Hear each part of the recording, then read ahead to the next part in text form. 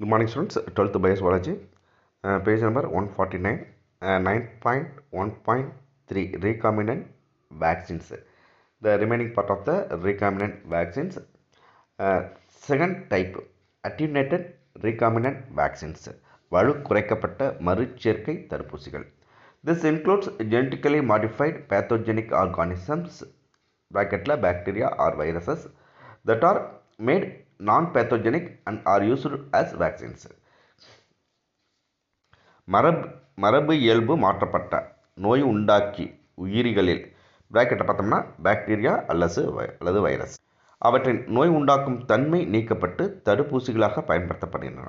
இது வந்து நமக்கு பார்த்தோம்னா எந்த ஒரு உயிரினங்கள் வந்து நமக்கு நோய் உண்டாக்குதோ அந்த உயிரினங்களில் இருக்கக்கூடிய அந்த நோயை உண்டாக்கக்கூடிய தன்மையை நீக்கிட்டு அதை தடுப்பூசிகளாக பயன்படுத்தக்கூடிய அந்த முறைக்கு பேர் தான் அது அட்டினுவேட்டட் ரீகாம்பினன்ட் வேக்சின்ஸ் அல்லது வலு குறைக்கப்பட்ட மறுசேர்க்கை தடுப்பூசிகள் என்று அழைக்கப்படுது. இது வந்து என்னது ஒரு 2 மார்க் கொஸ்டின்ஸில் கேட்கறதுக்கு வாய்ப்பு இருக்குது. What is attenuated recombinant vaccines?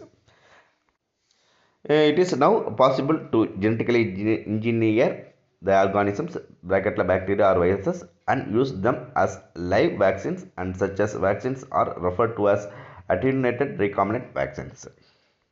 Bacteria அல்லது வைரஸ்களை மரபு பொறியியல் மாற்றம் மூலம் உயிருள்ள தடுப்பூசிகளாக லைவ் வேக்சின்ஸாக பயன்படுத்த முடியும். இத்தகைய தடுப்பூசிகள் வலு குறைக்கப்பட்ட மறுசேர்க்கை தடுப்பூசிகள் என்று அழைக்கப்படுகின்றன.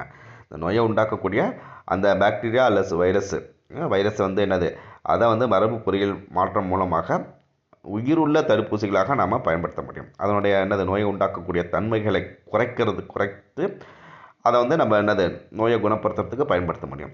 இந்த மாதிரி இந்த தடுப்பூசிக்கு வந்து என்னது உயிருள்ள தடுப்பூசிகள் அல்லது தடுப்பூசிகள் வலு குறைக்கப்பட்ட மறுசேர்க்கை தடுப்பூசிகள் என்று அழைக்கப்படுகின்றன. கேர்ஃபுல்லாக அதை கொஞ்சம் நல்லா படிச்சு வச்சுக்கோங்க. Thank you. The third type, DNA vaccines. DNA தடுப்பூசிகள். Genetic immunizations by using DNA vaccines is a novel approach that came into being in 1990. DNA தடுப்பூசிகளை மரபியல் நோய் தடுப்பு முறையாக பயன்படுத்தும் ஒரு புதிய அணுகுமுறை 1990 நடைமுறைக்கு வந்தது. ஜெனட்டிக் இம்யூனைசேஷன்ஸ் மரபியல் நோய் தடுப்பு, அதுதான் ஜெனட்டிக் இம்யூனைசேஷன்ஸ். டிஎன்ஏ தடுப்பூசிகளை மரபியல் நோய் தடுப்பு முறையாக பயன்படுத்தும் ஒரு புதிய அணுகுமுறை 1990 ஏற்பட்டுச்சு. The immune response of the body is stimulated by DNA molecule. A DNA vaccines consist of a gene encoding an antigenic protein inserted onto a plasmid and then incorporated into the cells in a target cell. நாம் உடம்புல பார்த்தோம்னா DNA மூலக்கூறுகள், இந்த DNA மூலக்கூறுகள் தான் நம்ம உடலில் தடைக்காப்பு வினைகளை தூண்டுகின்றன. எதிர்பொருள் தூண்டி புரதத்திற்கு ஆன்டிஜெனிக் புரோட்டீன்ஸ், எதிர்பொருள் தூண்டி புரதத்திற்கு குறியீடு செய்யும் ஒரு மரபணுவை டிஎன்ஏ தடுப்பூசி கொண்டுள்ளது. இந்த டிஎன்ஏ தடுப்பூசியில் என்ன இருக்குன்னு பார்த்தோம்னா அந்த எதிர்பொருள் தூண்டி புரதத்திற்கு குறியீடு செய்யும் ஒரு மரபணு டிஎன்ஏ தடுப்பூசி கொண்டுள்ளது. இந்த மரபணுவை பிளாஸ்மிட்குள் செலுத்தி பின்னர் ஒரு இலக்கு விலங்கின் உடல் செல்லுக்குள் ஒன்றிணைய செய்யப்படுகின்றது. உள்ளே சென்ற அந்த டிஎன்ஏ எதிர்பொருள் தூண்டி மூலக்கூறுகளை உருவாக்க செல்களுக்கு உத்தரவிடுகிறது. அவ்விதம் உருவாக்கப்பட்ட மூலக்கூறுகள் செல்களுக்கு வெளியே காணப்படுகின்றன.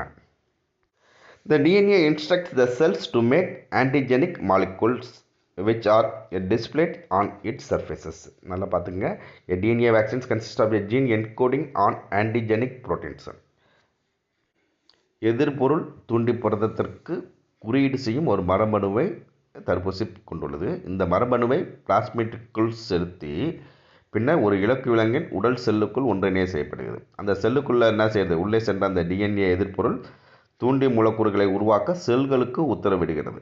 அவ்விதம் உருவாக்கப்பட்ட மூலக்கூறுகள் செல்களுக்கு வெளியே காணப்படுகின்றன. இந்த DNA instructs the cells to make antigenic molecules which are displayed on its surfaces. அது அதனுடைய செல்லோட வெளிப்புறத்தில் காணப்படுது.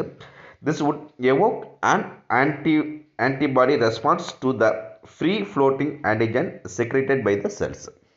இம்முறையில் செல்களால் உருவாக்கப்பட்டு சுதந்திரமாக மிதந்து கொண்டிருக்கும் இம்மூலக்கூறுகளை காணும் பொழுது நமது தடைக்காப்பு அமைப்பானது வலுவான எதிர்ப்பை எதிர்பொருள் உருவாக்கத்தின் மூலம் தெரிவிக்கின்றது. This would evoke an antibody response to free floating antigen secreted by the cells. கொஞ்சம் தெளிவாக கொஞ்சம் கேர்ஃபுல்லாக கொஞ்சம் படிங்க, அப்போ தான் புரியும்.